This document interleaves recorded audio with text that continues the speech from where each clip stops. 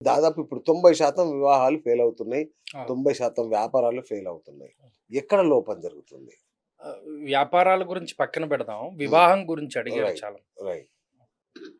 నిజానికి నా దగ్గరికే వస్తారు. హ్మ్. పొంతన చూడమంటారు. అవును. పొంతనలో చూసుకోవాల్సింది చూసుకోరు. హ్మ్. ఉదాహరణకి నాకు రీసెంట్‌గా వచ్చిన జంట మేమిద్దరం ప్రేమించుకుంటున్నామండి. హ్మ్. జాతకాలు చూడాలండి. హ్మ్. నేను ఒకళ్ళకి మొహం మీద చెప్తా. ప్రేమించుకుంటున్నప్పుడు నందోరాజా భవిష్యత్తు. అసలు నువ్వు జాతకం చూడకు వెళ్ళిపో. అచ్చా! ఓహో! ఏదైతే అదవుతుంది దూకేయి. హ్మ్. జాతకం చూసుకున్న దగ్గర నుండి ఉదాహరణకు ఆ అమ్మాయి కుజదోషం ఉంది. నీకు లేదు. కథం ఇంకా. అది టార్చర్. కుదరదు. ధనే వ్యయే చ పాతాళే జామిత్రే చాష్టమే కుజే స్త్రీణాం భర్తృవినాశాయ పుంసాం భార్యా వినశ్యతి అన్నాడు. ఇక అసలు దాంట్లో ఆప్షన్ ఏం లేదు. హ్మ్. చేసుకోకూడదు అన్నప్పుడు చేసుకోకూడదు. ఇప్పుడు దీనికి ఏమైంది? కుజదోషానికి ఏదైనా రెమెడీ ఉంటుంది గదండీ! ఆ రెమెడీ అన్నది మొదలుపెట్టిన నాడు ఏమవుతుంది? కథం.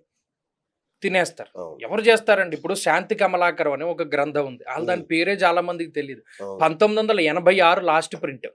ఓహ్! ఇవాల్టికి లేదు ప్రింట్. నేను కష్టపడి వెతకగా నాకొక జిరాక్స్ కాపీ దొరికింది. దాంట్లో 'గోముఖ ప్రసవ శాంతి.' అసలు ఈ పేర్లు ఎవడికి తెలుసు? తల్లిదండ్రుల నక్షత్రాల్లో పుట్టిన వాళ్ళు, వాళ్ళు గోముఖ ప్రసవం చేసుకోవాలి. అంటే ఏంటి? తల్లిదండ్రుల నక్షత్రాల్లో పిల్లాడు గాని, పిల్ల గాని పుడితే దోషం. అప్పుడు ఈ అచ్చా! ఈ పిల్లాడు, పిల్ల మళ్ళా గోముఖం నుండి బయటికి వచ్చినట్టు. దాన్ని గోముఖ ప్రసవ శాంతి అన్నాడు. దానికి సంబంధించిన ప్రయోగాలు ఇవన్నీ శాంతికమలాకరంలో ఉంటాయి. చాలా ఉంటాయి అలాగా. నాళావేష్ట ఉంటుంది. లేదా ఇప్పుడు చెప్పినటువంటి ఈ కుజదోషాలకి రెమెడీల కింద హ్మ్. చూసుకునేటువంటివి హ్మ్. ఉంటాయి. హ్మ్. ఆళ్ళు ఇవన్నీ ఎవడికి తెలుసు?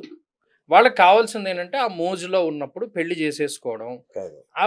ఇప్పుడు ఊడిపోయేదుంటే అది ఫెవికాల్‌తో అతికించినా, ఫెవిస్టిక్‌తో అతికించినా అదేం నిలబడుతుంది? అవును. దానికి ముహూర్తం గురించి కాదు. ఓకే. 90% ఆ పొంతన కుదరట్ల.